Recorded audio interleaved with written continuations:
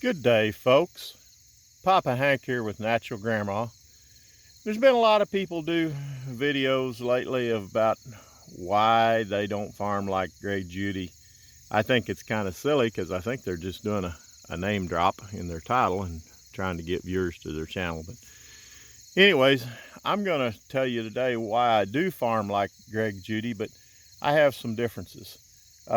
This is a cucumber patch, much like Greg Judy had, but mine wasn't created this year. It's been created for the last 3 years. There's been a lot of hay fed right here, so it's a very high humus content, and that's where the birds grow, you know, where there's lots of cow manure. We put the cows in here last night. We didn't quite get the 1,000,000 pounds per acre. With small numbers, that's a lot harder to arrive at than when you got 370 head. We put about 45 head in here last night, and they hammered it pretty good. You can see they eat a lot of the leaves. There's some birds there that they didn't eat. But I'm going to take you across over here and show you a big difference of what I do a little different than Greg Judy. And just some days you got to think on your own. I'll start up and cruise over here.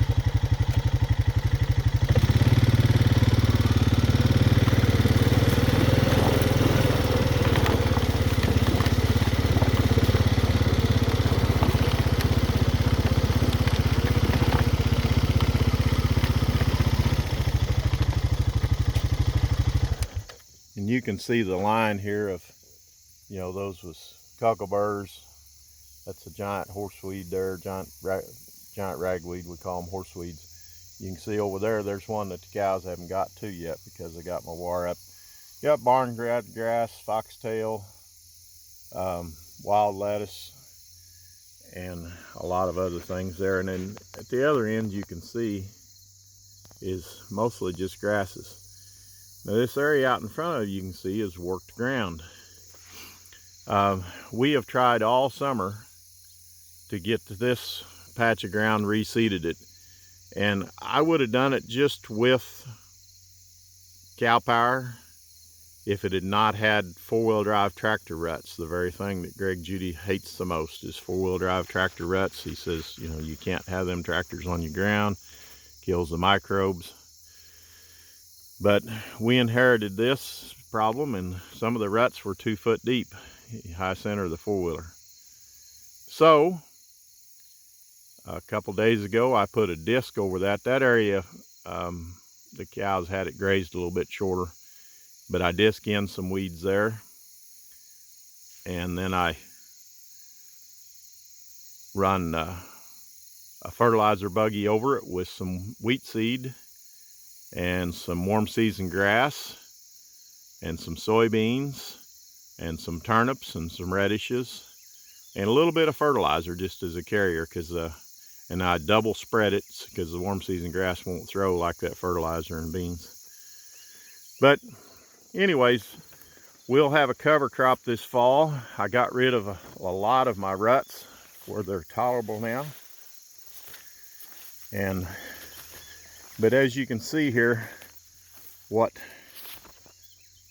high density grazing does for you. And there is grasses in this part. That's another reason this area here didn't get disc up. But I did sow the same wheat and soybeans and a little fertilizer and warm season grass on this end. And we're hammering this with cow hooves. And then I'll probably run a shredder over this. And then we'll run that little bitty disc that I worked that other seed in with over it. It's a little disc from the 40s. Doesn't even have wheels on it. That's how old it is before they decided to put wheels on discs. Now the one advantage I have, and as Greg Judy would tell you, I take advantage of everything that you have, is the wheat seed was left over from cover crop on my son's farm. The soybeans came in the same seed tender, just happened to be mixed in. The warm season grass had been laying around a couple of years. The old tractor I used came to this farm in 1956. It's 2 years older than I am. The disc I told you was from the 40s, so just remember, and Greg Judy would tell you this, utilize your resources, utilize what you have, but move your cows and use them to do a lot of things. The cows could not fill those ruts in. If I had some hogs, I probably could have at least filled those ruts in, maybe dug some new ones. But we have lots of grass in front of all these weeds. As you can see out there, that grass is about 3 foot tall on that side of the farm. That was the same sow. It's got bird's foot trefoil and brome and fescue and orchard grass and timothy in it, but it wasn't tromped out, so we didn't touch that side of the field.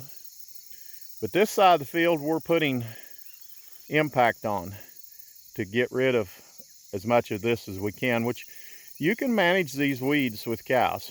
If you don't have ruts, you just keep moving your cows, nipping off what they will. If you don't like what it looks like, you know, chop that carbon down a little bit, use some old throw it away shredder, or just drive back and forth across it with your four-wheeler or something if you're a small operation. But keep moving the cows. I'm doing an experiment here, and I think that this cow impact with these hooves, especially in the areas that don't have sod, God kind of created it that way, will work a lot of these seeds in the ground. And I'll show you videos later, but I bet we have some wheat growing in here. Maybe not solid like we do where I work the ground up, but not near as much risk. Anytime you work ground up, you're risking what could happen. So, good day from Papa Hank. As you can see, we got our bales spaced out there just right where we can get in there with the bale unroller, Greg Judy bale unroller, and use our four-wheeler or our Kubota to put some more carbon on this land. But we'll try not to put it in these areas. It'll be other places. But plan ahead, prepare for the best, and adapt with what you got. That's the word for the day from Papa Hank. Happy Sunday morning. Hope you get to spend some time with your Father today and thank him for the Savior he sent you, and just listen to his quiet spirit. Good day. Papa Hank at Natural Grandma.